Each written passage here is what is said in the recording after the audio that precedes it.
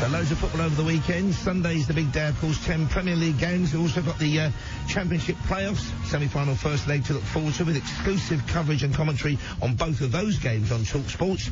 But we've also got the chance to enjoy some films this weekend, because apparently for much of the country, tomorrow it's absolutely going to be persisting down for most of us. So what should you watch? Well, I've got 3 recommendations, and so is our next guest, our Friday regular, Van Connor, top film critic, joins us now absolutely live. Good morning, Van, and how's your week been, big fella?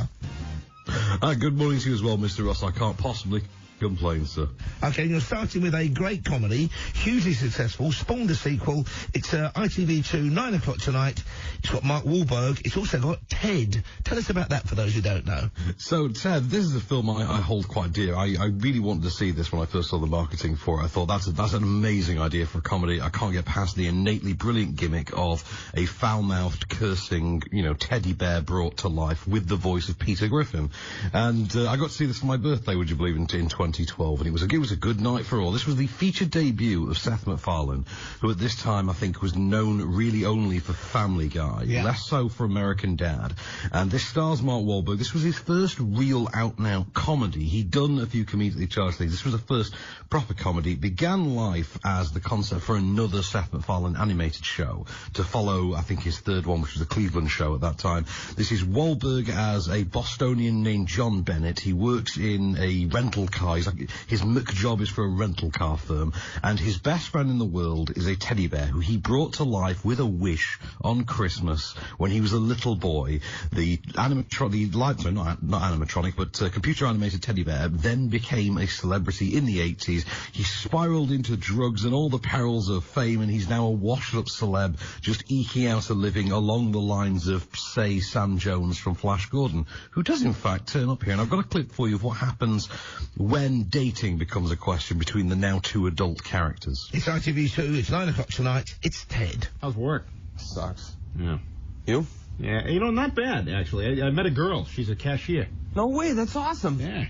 Well, we should double date or something. You, me, and Laurie, and what's her name? White trash name, guess. Mandy. Nope. Marilyn. Nope. Brittany. Nope. Tiffany. Nope. Candace. Nope. Don't me on this. Do you see me with you? All right, speed round. I'm going to rattle off some names, and when I hit it, buzz it, okay? I will tell you. You got me? Yeah. All right, Brandy, Heather, Channing, Brianna, Amber, Sabrina, Melody, Dakota, Sierra, Bambi, Crystal, Samantha, Autumn, Ruby, Taylor, Tara, Tammy, Lauren, Charlene, Chantel, Courtney, Misty, Jenny, Krista, Mindy, Noelle, Shelby, Trina, Reba, Cassandra, Nikki, Kelsey, Shauna, Jolene, Erling, Claudine, Savannah, Casey, Dolly, Kendra, Kylie, Chloe, Devin, Emily, Becky? Nope. Wait, was it any one of those names with a Lynn after it? Yes. Oh, I got you. Okay. Brandy Lynn, Heather Lynn, Tammy Lynn. I mean, apologies to anybody listening, any females listening who have any of those names, but actually that's a very funny film we did. And did you know, listen, here's the thing, you mentioned Sam Jones and Flash Gordon. It's 40 years old this year, Flash Gordon. Isn't that incredible? Scary stuff. As far as I'm concerned, Gordon is still alive. Absolutely. Now, that's Ted tonight, ITV2, 9 o'clock. It was a huge hit, so it spawned a sequel. I've got a couple of horror offerings for you. Tonight, 10:50 on BBC One, if you've not seen it for a while, there's the Kubrick classic with Jack Nicholson, Shelley Duvall, The Shining. That's also 40 years old this year, based on the novel, though Stephen King, the novel's rather different, but Stephen King did not approve it, apparently, the film version. The Western you could watch tonight, 11:20, BBC Two, is for a few dollars more, with Lee Van Cleef playing a good guy for once. But I've gone for a very controversial film. It's 60 years old this year, released in 1960, the same year as Psycho, and it got a terrible press. Psycho changed cinema. Psycho made an absolute fortune. Peeping Tom, my recommendation, 10 o'clock tonight, Talking Pictures TV, effectively ended the career in this country of one of our best film directors, Michael Powell, who made films like Black Narcissus, The Red Shoes, Matter of Life and Death. It's a very dark story indeed, shot in lurid Eastman colour or Technicolor. It's about a tormented young man who's had a terrible childhood, being constantly terrified by his father, and filmed, played by Michael Powell himself. He turns into this very strange and twisted young individual who's also a serial killer who kills his victims in a very cinematic way, is all I'm going to say about it. It's, as I say, hugely influential film. Now, I think Martin Scorsese rescued this film. There's a big outcry over it, and he never directed another major feature film in Britain after this. I think it's a masterpiece. I'll give you the trailer, then we'll hear what Van Connor, top film expert, thinks of Peeping Tom from 1960, starring Anna Massey, Maurice Shearer, and Carl Burnham as the Peeping Tom of the title. Look out! Look out! Look out! Take care. You are being watched. We repeat. Johnny, take care, for you are now alone with a killer. We warn you, don't let him see the fear in your eyes. For this is what he seeks, and this is why he kills. Where are you?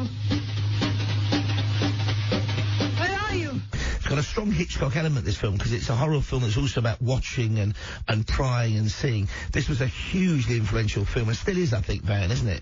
Oh, it very much is. As you say about Scorsese, I mean, that man's never made any secret of his love for Powell and Pressburger, and this is one that he champions wholeheartedly. I think he, like a lot of us, believed that this was, you know, sort of the unsung classic. And like you say, it opened with very little fanfare. The press reaction was wholeheartedly negative. Yeah. And as far as the Hitchcock element goes as well, because of Psycho being so close to the release of this, Hitchcock famously saw the response to Peeping Tom and scrapped all press shows for Psycho as a result. So no critic screenings. This would have gone down a bomb by today's standards, but no critic screenings for Psycho as a result of Peeping Tom, which, according to, I think it was Screen 4, yes, has been lionized as the first movie to put the audience in the killer's point of view. Well, absolutely. Again, like Psycho, you sympathise with this serial killer. You can't help it. And also, it's a film, in part, I think, about filmmaking. Because, as I've said, really oddly, Michael Powell plays the kind of torturing father of this young man. A very strange film indeed. On that brilliant channel, Talking Pictures TV, 10 o'clock tonight. Dan's recommendation was Ted, ITV2 tonight, 9 o'clock. And you're going even earlier. It's a Saturday tea time film for you tomorrow. BBC One, 5 o'clock. Great animated film, this. Zootopia. Tell us why this one, Van. Well, Zootopia, first of all, just got the most beaming smile you could imagine out of Rebecca Perfect when I told her this was on Saturday afternoon. This is a modern classic. This is the great big honking Disney metropolis picture. It is effectively, I think of it as a sort of modern riff on Who Framed Roger Rabbit, but entirely animated. This began life as a 60s set spy thriller in animated form where everyone's played by an animated animal, a sort of anthropomorphized animal. It's been transplanted now to a procedural cop drama released in 2016, and it stars Jennifer Goodwin and Jason Bateman as a rookie cop and a con artist who team up to solve a series of missing persons cases or murders involving predators and prey. I've got a clip for you of Jennifer Goodwin's Officer Hobbs, because she's a bunny, cleverly enough, dealing with her aggressive captain, a bull, played by Idris Elba. 5 o'clock tomorrow afternoon, on BBC One. It's Zootopia. Ma'am, our detectives are very busy. Please. There's got to be somebody to find my Emmett. Mrs. Otterton. I will find him. Oh, thank you. Bless you, little bunny. Oh. Take this. Find my Emmett. Bring him home to me and my babies, please. Mrs. Otterton, please wait out here. Of course. Oh, thank you both so much. 1 second. You're fired. What? Why? Insubordination. Now, I'm going to open this door and you're going to tell that otter you're a former meter maid with delusions of grandeur who will not be taking the case. I just heard Officer Hobbs is taking the case. Assistant Mayor Bellwether. The Mammal Inclusion Initiative is really starting to pay off. Mayor Lionheart is just going to be so just. No, let's not tell the mayor just yet. And I sent it, and it is done, so I did do that. I think it was called Zootropolis and also Zoomania in other territories, but that's a great film. I mean, you're right, I hadn't thought of the Roger Rabbit connection, but of course, Zootropolis, Zootopia is a bit like Toontown in Roger Rabbit. Very much the way that it homogenises different cultures. I think one of the most fascinating things for me about Zootopia is that in order to make the world believable for all the animals of different sizes, because you see like hamsters getting in their own special lifts and things like that, they actually had to employ the specialists for the Americans with Disabilities Act to help them actually design how different people of different sizes would enter the same physical space. A fascinating making of, if you ever get a chance. Brilliant stuff. So that's Zootopia. That's tomorrow tea time, 5 o'clock on BBC One. I've got a late night recommendation. If you're easily offended, don't watch this film. It's on the Paramount channel, so it's Freeview. All me and Van's films are Freeview recommendations. It's a Nick Love and Danny Dyer collaboration. Danny Dyer, coincidentally, is 43 years old today. These days he's better known for being in EastEnders and being on Who Do You Think You Are. But back in the day he made a lot of films with Nick Love, and this is one of the best. It's called The Football Factory. It's about football hooligans. It's got a great cast as well. Frank Harper's in it. Jamie Foreman turns up in it. Dudley Sutton. And that great comedy actor and writer John Junkin is in it. It's his last last film. In fact, he died shortly afterwards. It's 11:20. It's the Paramount Channel. Think Chelsea hooligans versus Millwall hooligans, and think of the Football Factory. Here's the trailer, and even the trailer had to be bleeped.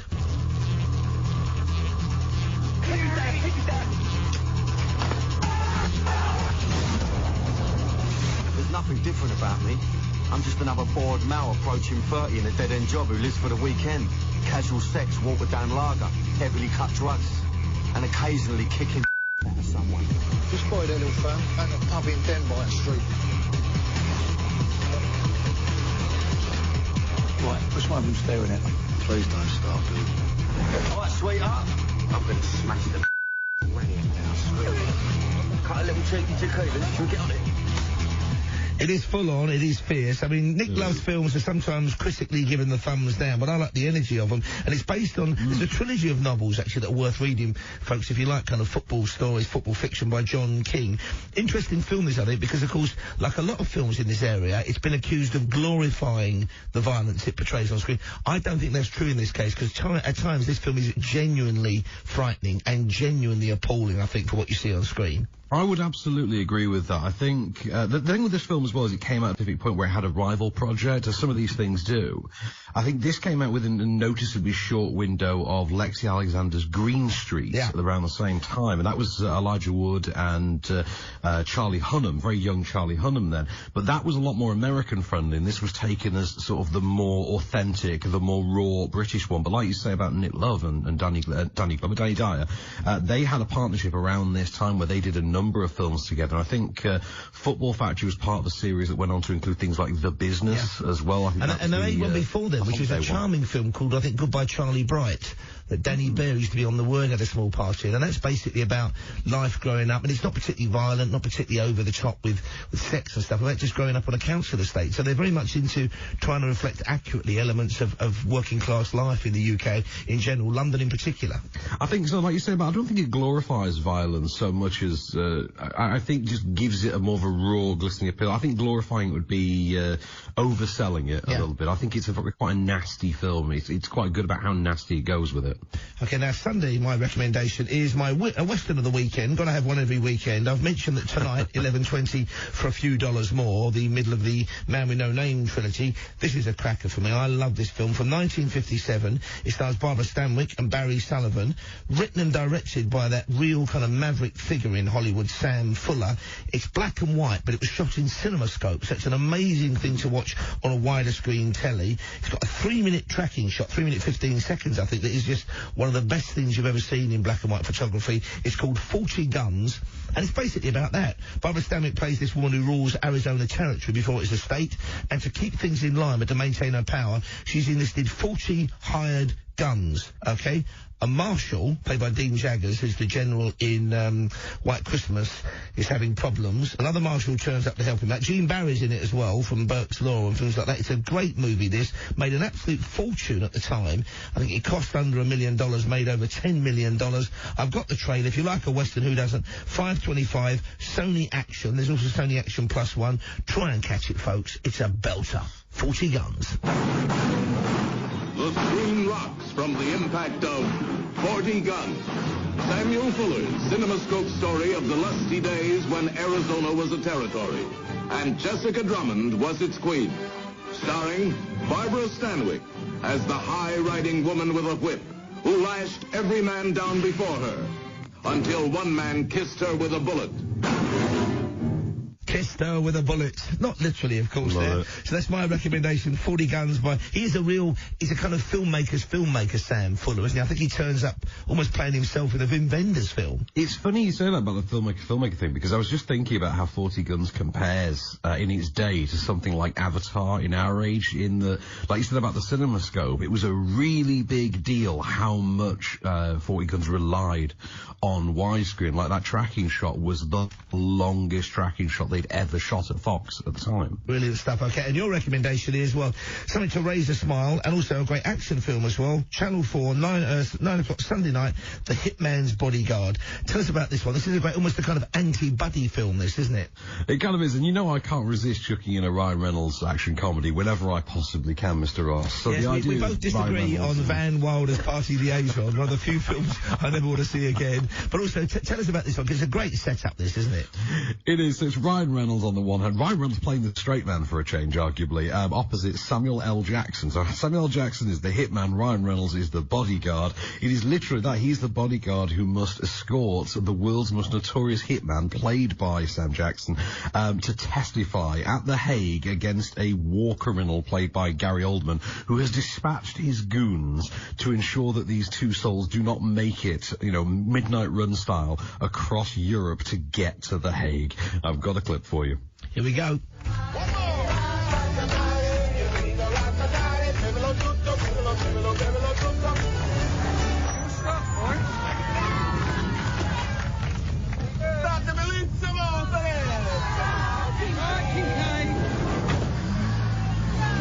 Go with God. This man's killed over 150 people. 250, easy. It's a funny film, this. I saw this in the cinema and the place was rocking. And with comedies, when they work, everybody's laughing. A great old movie, this one. And we've had this in. A terrible joke, I'm afraid, Van, from Franny Boy, who says, talking of serial killers, Paul and Van, I know a serial killer. He murdered loads of Weetabix. Obviously an element of misspelling there. Now, you mentioned Rebecca Perfect, who's with us again on Monday, gives us our showbiz, technology, entertainment news. But you and Rebecca do a film podcast, do you? Not entertainment podcast. Tell us about that, Van. Yes, you can find us from 6 a.m. every Friday, so mere hours from now, on the week's episode of the Off-Screen Show, in which we give you your 7-day guide to everything movies, on digital, on Freeview, on DVD and Blu-ray, and on streaming platforms as well. So everything you possibly need for the next 7 days at home. And if you're in a hurry, you can get Van Connor's 2-minute movie reviews. Tell us about those as well, Van, finally. Also on podcast platforms, 120 seconds, compressed, everything you need to know, diet size, fun size, snack edition of a film review. This week it's talking about, what have we got this week, actually? Oh, it's St. Francis this week, and Caitlin Moran's How to Build a Girl are up for reviews this week. So all in 120 seconds on podcast platforms. And you can hear Van each and every Friday with me, Paul Ross, and you guys on talkSPORT and talkRADIO. On the way, some big sporting anniversaries, birthdays and showbiz anniversaries. So tomorrow's date, the 25th of July, right after this. Cheers, Van.